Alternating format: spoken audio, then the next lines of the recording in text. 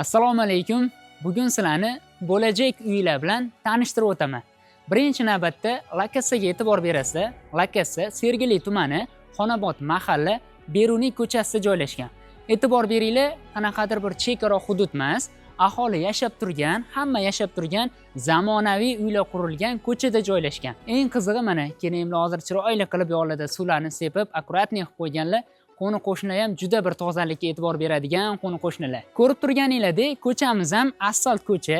Bemalol kechasi kenayimlar Kalaskaga bolalarni solib, sekin do'konlarga o'tib kelaveradilar. Do'konlar ham uzoq emas, yaqinda joylashgan. Mana shu 100-200 metr atrofida 3 ta bog'cha joylashgan. 200 metrda maktab ham joylashgan. Metroyimizga 500 metr yaqin yo'l. Shunday chiqsanglar, metro keladi. Uyimizni ko'rishinglar mumkin. Hozir tashqi tomonida turibmiz. Bu tomonida 3 ta xonadon qurilgan. Bu tomonida ham 3 ta xonadon qurilgan. Gaz svetdan muammo yo'q. Hozir men sizlarga uyda ichkarisini to'liq tushuntirib beraman. Eng zo'r joyini aytaman. Bu uchastkamizni bitta domingizni sotib, o'shani puliga olsangiz ham bo'ladi. Kuzatib turinglar, narxini oxirida aytib o'taman. Hozir hovlimizning darvozasi kirish qismida turibmiz. Xonadon mana shu devorgacha ajratilgan. Mana shu devordan bu yog'i bitta xonadon hisoblanadi, ya'ni bitta zdaniya. Undan tashqari darvozani ham ko'rasiz, balangina qurilgan, bitta mashina kirishiga moslashib qilingan.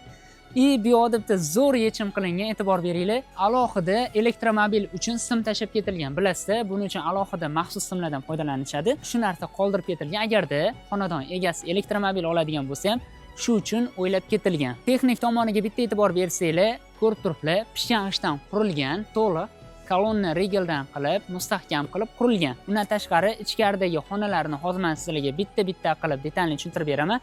Kuzatib turinglar. Uyda hozir hol qismidamiz.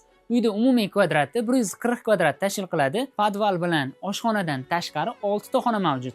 Mana bu yoqda oshxona kirishinglar bilan. Undan tashqari bu tomonimizda zal joylashgan. Bu yoqda ham ixchamgina qilib spalni joylashgan. Ikkinchi etajga chiqib ketadigan bu yoqda zinamiz bor. Ikkinchi etajimizni hozir hol qismidamiz. Bu yoqda ko'p bolalilik uchun zo'r yechimlar qilingan ekan. Qarang, bu yoqda bitta xona bor. Undan tashqari bu yoqda yana bitta xona, bu yoqda ham yana bitta xona, to'g'rida keng qilib zal qilingan. Bu yoqda ikkinchi etaj uchun alohida sanuzil qilingan. Agarda uylarda yosh kattalar bo'ladigan bo'lsa, birinchi etajga kattalarga spalni qilib bersanglar, bu yoqda qizlar uchun alohida yotoqxona, bolalar uchun alohida yotoqxona bolalarga qilib bersangiz bo'ladi. Bu yoqda yana bitta xona bo'sh qo'yapti.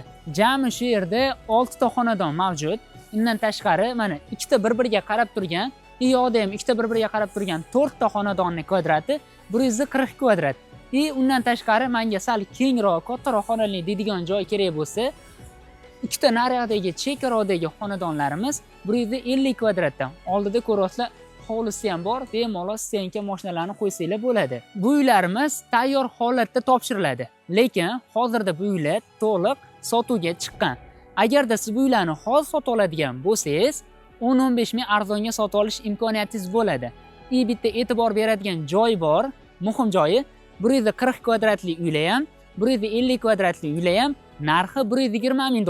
Bu uylarni dizayniga bitta baho beradigan bo'lsak, tashqi fasadlari ham bir zamonaviy dizaynda bo'ladi. Undan tashqari ichki dizaynlar neoklassikka, minimalizm ustubi aralashgan holatda qilinadi. Bu xonadonlar lokatsiyasi zo'r joyda joylashgani uchun tez sotilib ketishi mumkin. O'shaning uchun pastda nomer qoldiraman. Hoziroq o'z uyingizni band qiling.